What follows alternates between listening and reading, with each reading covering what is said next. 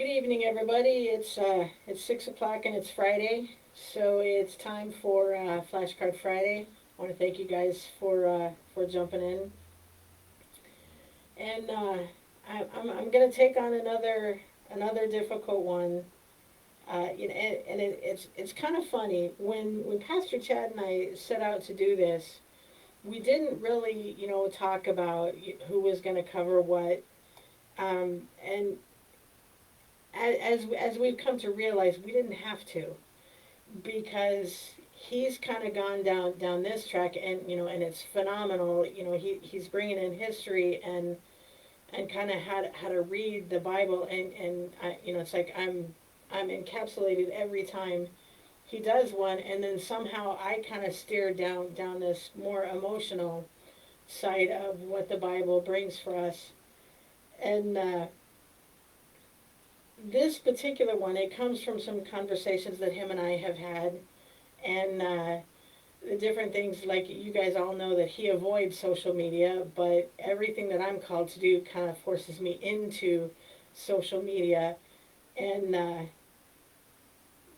so from the conversations that I've had with him and the conversations that I've seen taking place online and in social media and in the regular media, the word stand, keeps just coming up, and a lot of times it's coming up kind of in a derogatory way. So I wanted to take a look at what the Bible talks about with regards to standing, but I also want to talk about what does it mean to stand. Because a lot of times you hear that word stand, and you immediately go to, stand and be ready to fight. And I've discovered in a lot of my study that that's not always the case. So I kind of want to dive into that a little bit. And I took, I got to be honest, I struggled with, which scriptures to use, just simply because there are so many. These two really leapt off the page, so I kind of want to start with them and then launch into everything else. But I mean, no joke. From Genesis to Revelation, you will find the word stand in some way, shape, or form all throughout it. Um, but I just these particular two kind of spoke to me a little bit the most. We're going to start with Isaiah 7. And I want to preface this with Isaiah 7 is known as the sign of Emmanuel. So this is the one where he's actually going to prophesy about the coming Messiah. But he starts with telling this particular group of people what the Lord has said and how the Lord already knows that they're not going to follow it. And he ends it with this statement, and it's the last half of verse 9. The first part of verse 9, he lists out who he's talking to.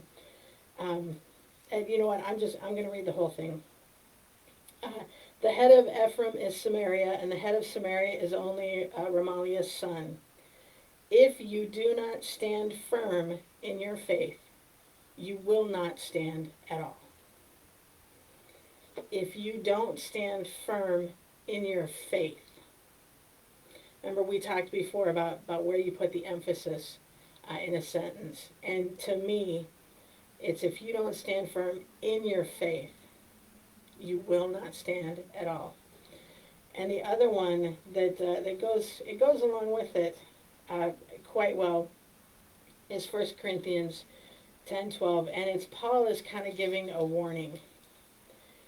And and he's talking about Israel's history, and so he's warning the Corinthian church when he says in verse 12, so if you think you're standing firm, be careful that you don't fall. If you think you're standing firm, be careful. So, all of that, it leads me back to that question, what does it mean to stand? And I think the first thing, as I started looking at all of these, and sometimes we get it and sometimes we don't. It is not about the posture of your body. It's about the posture of your heart. And who does our heart belong to? And that ultimately is the question that you have to ask yourself. Does your heart belong to God, or does your heart belong to the world? Because if your heart belongs to the world, your view of stand is gonna be really complicated, and it's gonna be kind of skewed. But if your heart belongs to God, He's gonna be able to steer you to know what type of standing He's calling you to do. So when I say that, what am I talking about? One that again you see throughout: stand up and bow. Paul in a few of his writings, he talks, and in Leviticus, I talked about this one as well. But it's standing up when an elder walks into a room and showing them respect.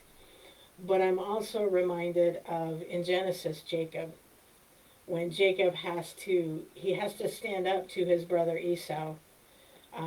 But after his wrestling match with God, his hip has been wrenched, and he has to bow. He has to show respect. So, depending on your situation, I don't care which side of the political spectrum you fall on, or what side of the pandemic you fall on, or what side of the fence of whether or not masks are needed or vaccines are needed. Do you stand up and bow to the people on the other side? Do you take the time to see their point? Do you respect them enough to hear what's going on in their world? And again, you're going to find it all throughout the Bible. You're even going to find it in Revelation.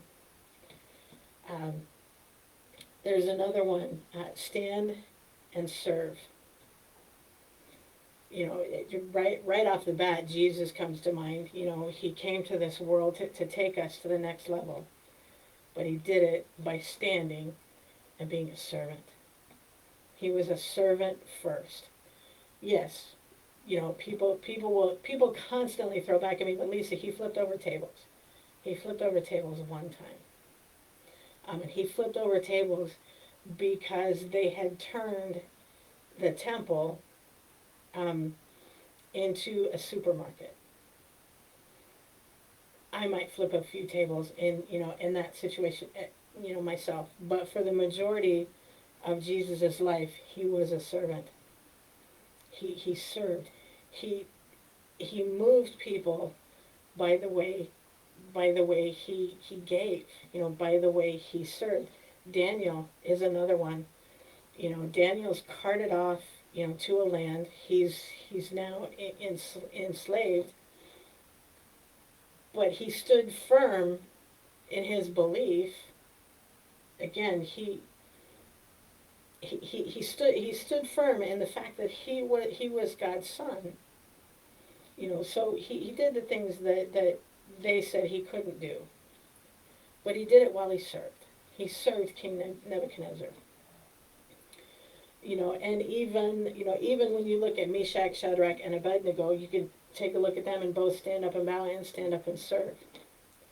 They refused to bow down and worship, but they still showed the king respect. So, again, doesn't matter what side of the spectrum you fall on. Are you serving the other side? Or are you throwing daggers? What's God calling you to do? Stand and fight. There are times you will find in here, David, more than once had to stand and fight. He had to stand and fight against Goliath. But every time that you see stand and fight in this, there was a whole lot of standing on your knees that happened first. David, before any battle, to include his battle with Goliath, he prayed. He spent time in prayer. It was just like repeated. There were times even when David went from one battle to the next.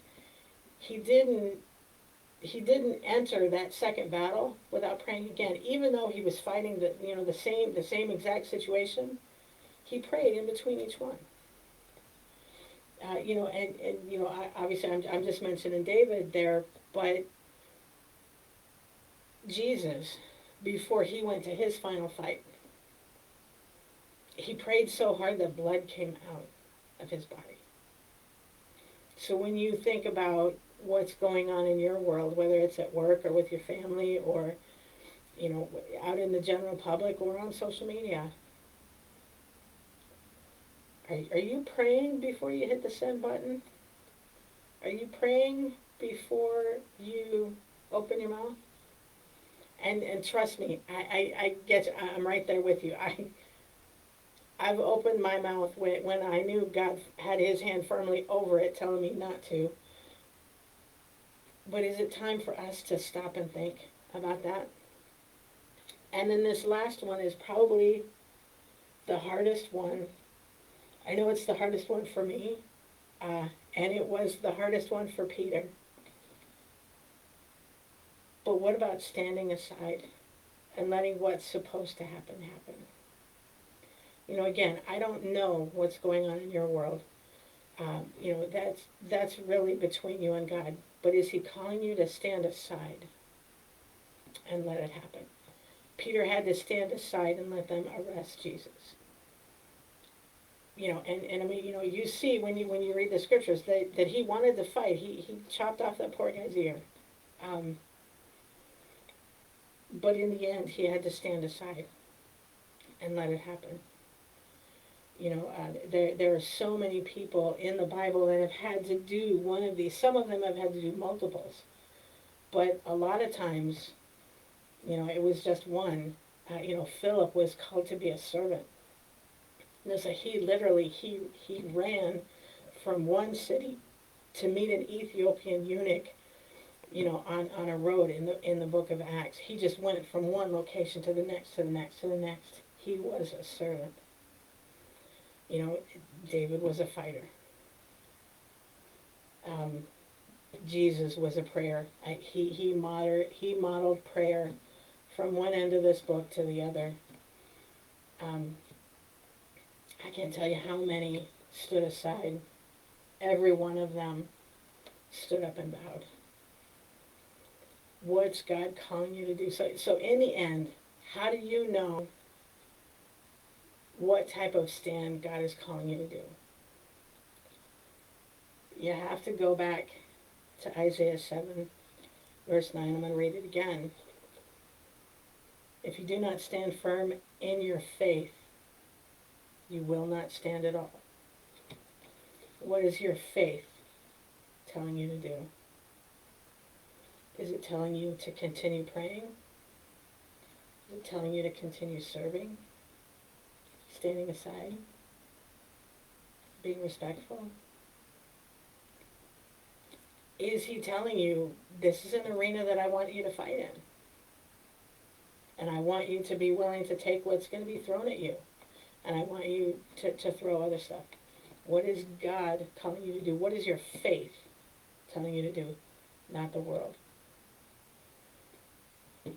This is where my hope comes from. This is where I figure out where to stand.